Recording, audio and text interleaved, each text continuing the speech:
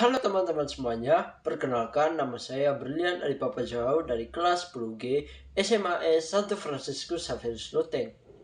Teman-teman, pada kesempatan kali ini saya akan membahas materi tentang gerak vertikal ke atas. Yuk teman-teman, mari kita pahami secara bersama-sama tentang materi ini. Langsung saja kita menuju ke pembahasan. Gerak vertikal ke atas adalah gerak suatu benda yang dilempar lurus ke atas dari suatu ketinggian tertentu dengan kecepatan awal, lalu bergerak melawan arah gravitasi bumi. Dalam gerak ini, kecepatan benda secara bertahap berkurang karena adanya percepatan gravitasi. Hingga akhirnya benda berhenti sesaat di titik tertinggi lalu jatuh kembali ke bawah. Ciri-ciri dari gerak vertikal ke atas: yang pertama, benda bergerak ke atas dengan kecepatan awal tertentu. Yang kedua, kecepatan berkurang karena percepatan gravitasi. Yang ketiga, di titik tertinggi kecepatan menjadi nol. Dan yang keempat, setelah itu benda akan jatuh kembali ke bawah.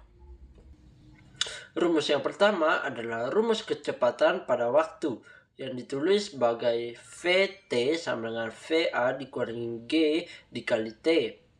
Rumus yang kedua adalah rumus ketinggian pada waktu, yang ditulis sebagai H sama dengan Va dikali T dikurangi 1/2 dikali G dikali T kuadrat.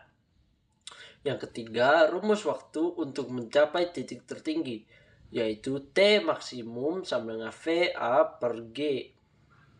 Rumus yang keempat adalah rumus ketinggian maksimum yang dicapai, yaitu ditulis sebagai berikut. H maksimum sama dengan VA kuadrat per dalam kurung 2G tutup kurung. Sebuah bola dijatuhkan dari atas gedung yang tingginya 45 meter. Jika percepatan gravitasi bumi adalah 10 meter per sekon, hitunglah waktu yang dibutuhkan bola untuk mencapai tanah dan kecepatan bola saat menyentuh tanah. Diketahui ketinggiannya adalah 45 meter, percepatan gravitasinya 10 meter per sekon kuadrat, dan kecepatan akhirnya adalah 0 karena jatuh bebas. Untuk mencari waktu jatuh, kita menggunakan rumus H sama dengan 1/2 dikali G dikali T kuadrat. Dapat ditulis sebagai berikut.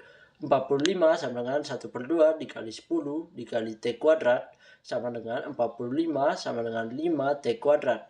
T kuadrat sama dengan 9 dan T, maka dari itu waktunya adalah 3. Teman-teman pasti bertanya, bagaimana bisa T kuadrat sama dengan 9? Maka dari hal itu, T kuadrat sama dengan 45/5. Maka 45 dibagi 5 sama dengan 9. Dan akar dari 9 adalah 3. Maka waktunya atau T sama dengan 3 detik. Langkah kedua, mencari kecepatan saat menyentuh tanah. Kita menggunakan rumus V sama dengan G dikali T. Maka dapat ditulis sebagai 10 dikali 3 sama dengan 30 meter per sekon. Maka waktu jatuhnya adalah 3 detik dan kecepatan saat menyentuh tanah adalah 30 meter per sekon. Sekian video pembelajaran saya pada kesempatan kali ini. Mohon maaf jika ada salah kata yang diucapkan dalam video ini. Terima kasih.